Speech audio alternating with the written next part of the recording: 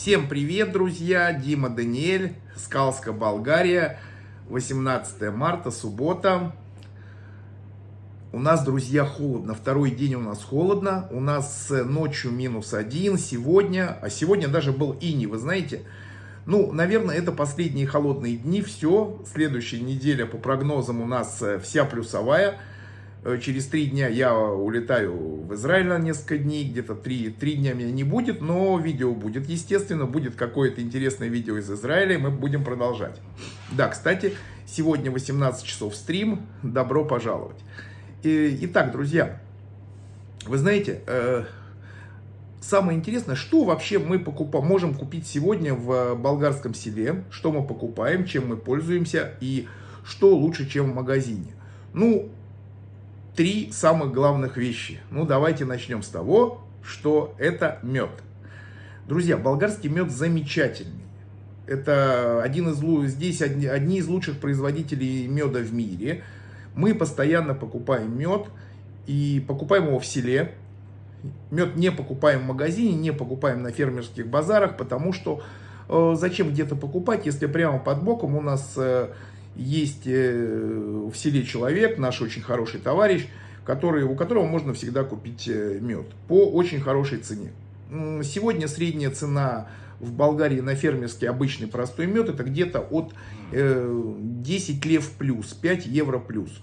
И если в селе можно купить сегодня мед еще у нас по 10 лев, ожидается подорожание, кстати, до 12. Мне очень интересно, расскажите, вообще болгары, расскажите про стоимость меда в Болгарии, в разных регионах. Это будет очень интересно сравнить, потому что вот у нас такая цена. Ну, мед замечательный, мы его везем в Израиль обязательно.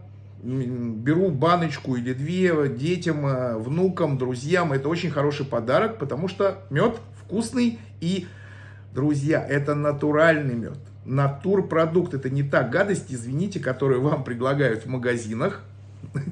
И поэтому везите с собой мед из Болгарии и кушайте его. Мед намного лучше, чем сахар в чае или в кофе. Можно даже кофе пить с медом. Вот я пью кофе с медом, друзья мои. Да, вы подумаете, что что с головой уже что-то произошло. Нет, все нормально, с головой все в порядке. На чашечку чая кладем ложечку вкусного меда, минус сахар, плюс здоровье. Так, друзья, и переходим к следующей вещи, которую можно купить в селе. Домашняя ракия. Вы знаете, в Болгарии, по крайней мере, по-моему, в селах гонит каждый, мне кажется. Хотя нет. Но это очень распространено, и ракии много. Варит ее на всем, на чем только можно варить. Я, честно говоря, не понимаю в этом процессе. Меня он не интересует, но я знаю, что ракию варят из винограда, ее варят из слив, ее варят из абрикосов. Даже ее варят из джанок. Вы знаете, что такое джанки? Джанки, друзья, это дикая алыча, это дикая слива, которая здесь. Ой, ее не просто, друзья мои, много. Ее завались. Вот вы идете по улице, и просто растут деревья. Я прошлым летом, когда я вообще не понимал, я думал, не знал, что это за ягоды такие, можно ли их кушать. Боялся. Но Светочка брала ведро и шла собирать. Естественно, это можно, это бесплатно. Что я делал? Я брал вот такую кастрюлю, газ тогда у нас стоял на улице. У нас баллон газа стоял перед входом. От него была отведена такая однокомфорочная плитка, которую мы купили сразу, потому что кухни не было месяца 3,5, и кушать надо. Ходить по ресторанам не всегда камильфо и дорого, и поэтому, соответственно, я там все варил на этом газовом баллоне, на этой маленькой плитке. И я варил постоянно компоты. Я вот ставил большую кастрюлю, я собирал кучу этих джанок, этой дикой сливы алычи. Благо, друзья, это бесплатно. Не надо ничего платить, вы набрали много. Я кидал это все в кастрюлю, собирал, уже были яблоки, дикие яблоки у нас с нашей яблони, которые кушать так не камильфо, не очень вкусно. Я брал еще яблоки, собирал, разрезал, груши падающие разрезал, досыпал сахар и варил отличный компот. И все лето мы его пили, потому что мы стараемся не покупать никакие вот эти кока-колы, фанты, газированные напитки. И очень редко там покупаем какой-то сок. Потому что, по нашему мнению, по моему мнению, все это зараза химическая. И, ну, не полезно. И если здесь можно сварить компот, то тут расход только на сахар. Ну, сахар я еще добавляю лимонную кислоту для... Все. И всегда у вас в холодильнике есть компотик. Вы разлили его в кувшинчике. Летом, когда жарко, вы пьете. Натурпродукты. А если добавить туда еще и мед, да, это немножко компотик дорогой получится. Но если добавить туда еще и мед, будет очень вкусно. Вот.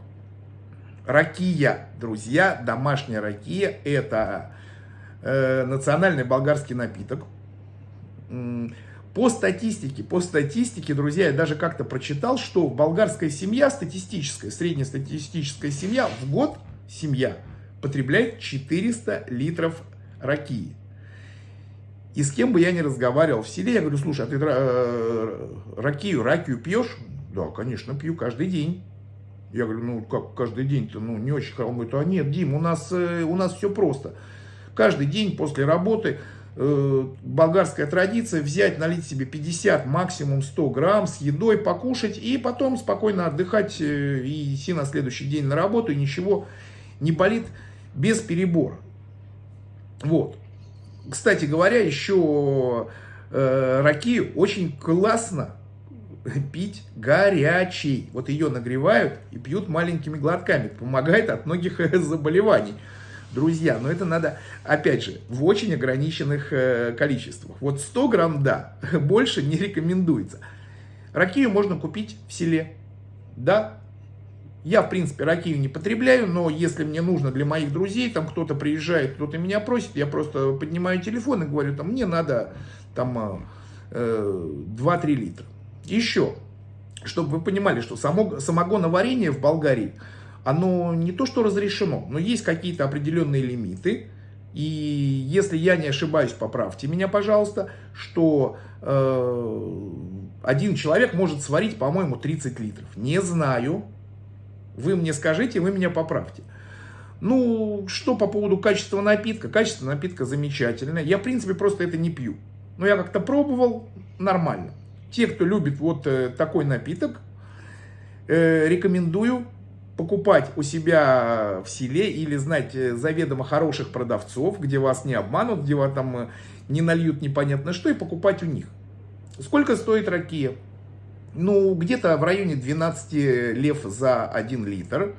В магазине я никогда ракию не покупал. И в подарок в Израиле я тоже ракию магазинную не возил. Ну, зачем? А лучше, в принципе, если вы хотите в подарок, перелейте в пластиковую бутылочку и привезите своим друзьям. Купите в селе. Тем самым вы прежде всего поддержите экономику своего села, вы купите у своих, что немаловажно. Вот мой принцип — покупать у своих. Во-первых, ну зачем я пойду в магазине, заплачу дороже, куплю вот эту красивую бутылку с этикеткой, если я знаю проверенного продавца или проверенного человека, которого можно купить в своем месте проживания. Поэтому мед, ракия замечательно, друзья, рекомендую. Теперь молоко, домашнее молоко. Молоко очень выросло. И сейчас молоко в магазинах, сами понимаете, качество магазинного молока это, ну, ни о чем. Почему я так говорю? Потому что я, когда здесь был период, что не продавал человек молоко, я попробовал из магазинного молока сделать брынзу. Нифига не получилось. Даже с закваской не то, не то, не то. И сколько сегодня молоко в Болгарии? Друзья, от 3 лев за литр. 6 шекелей за литр, 1,5 евро литр. Дорого. Все, конечно, очень сильно удивляются вот поднятию вот таких цен на молочные продукты. Соответственно, если молоко подорожало, дорожает сыр, дорожает сирены, это мягкий болгарский сыр, дорожает брынза, кашкавал и все, что с этим связано. Йогурты, естественно. Почему рост идет? В Германии молоко стоит, по-моему, даже дешевле. Вот. Почем сегодня в селе в Болгарском можно купить молоко? Летом, еще летом, стоимость была 1,5 лева. 3 шекеля за литр, 75 евроцентов. Сегодня уже я покупаю в селе по 2 лева, это 1 евро за литр, это 4 шекеля. Друзья, а недавно я был на фермерском базаре, там уже по 3. Там люди продают по 3. Кстати, если вы приходите на базар и вы видите такие бутылки, и вам кажется, что это подсолнечное масло или еще что-то без этикеточки, друзья, это вам хотят продать ракию, но они не пишут, что это ракия, потому что нельзя продавать ракию. Но это есть. Ну, тут бы, конечно, я не знаю, покупать у незнакомых людей такой напиток я бы, ну, не знаю, вряд ли. Поэтому в любом селе, в любом магазине всегда вы можете это купить.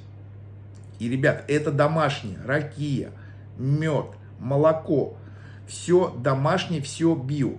Далее, яйца, друзья, да, яйца. Яйца подорожали очень и очень сильно. Сейчас вообще их все называют золотыми яйцами. Потому что реально летом 35 статинок. Сейчас уже 55-60 статинок в магазине такого же размера яйцо. Ну, у нас с этим нет проблем. У нас несутся где-то 4 яйца в день сейчас. Мы, естественно, ничего не продаем, никакой бизнес не делаем, но с яйцами у нас все нормально. А теперь, сейчас я усердно ищу клетку для перепелок, и, скорее всего, я ее где-нибудь куплю, потому что инкубатор у нас есть. Брудер для выращивания цыплят после инкубатора у нас тоже есть. Яйца от куропаток или перепелок. Сегодня я посмотрел на сайтах объявлений, OLX, болгарский сайт, где я просто пишу яйца перепелок, пишу свой регион, почем их продают. 25 статинок яйцо, оплодотворенное, это значит 25-30. Тут надо посмотреть рейтинг продавца и в своем регионе купить, поставить, что скорее всего и сделаю, поставлю в инкубатор и выращу. Перепелки рождаются очень быстро. И единственное, проблема перепелок, после них очень много какашек. Они маленькие, они много жрут, а еще больше они какают. Но у нас перепелиные какашки это помет, замечательно. Это идет все в огород, поэтому прикольно. Безотходное производство. Так что, скорее всего, скоро у нас будут еще и перепелки, а про это я сделаю отдельное видео. Поэтому, а летом, друзья, летом вообще в селе, кто вам будет продавать яблоки? В селе не продают, в селе просто так отдают. Вы им отдали что-то, они вам дали взамен. Никто тут, это не товар, а обмен, это просто в селе более дружеская атмосфера. И у нас в этом году виноград еще не вырастет. Вот нам наш друг принес сегодня вот такие саженцы, которые обязательно сейчас надо посадить в песок. Нам объяснили. С одной стороны, они надрезаны. Мы их посадим в песок, в мокрый песок. И будем ждать, когда они прорастут. Поэтому в этом году винограда у нас вряд ли будет. Но на следующий год нам сказали, что вот это специальные такие отросточки, винный виноград. Ой, не хочу я варить вино. Но может придется, если будет интересно. Так что готовимся. Хубов день. Шейлихам йом наим, говорим шели. And have a nice day, my friends. Ciao, ciao.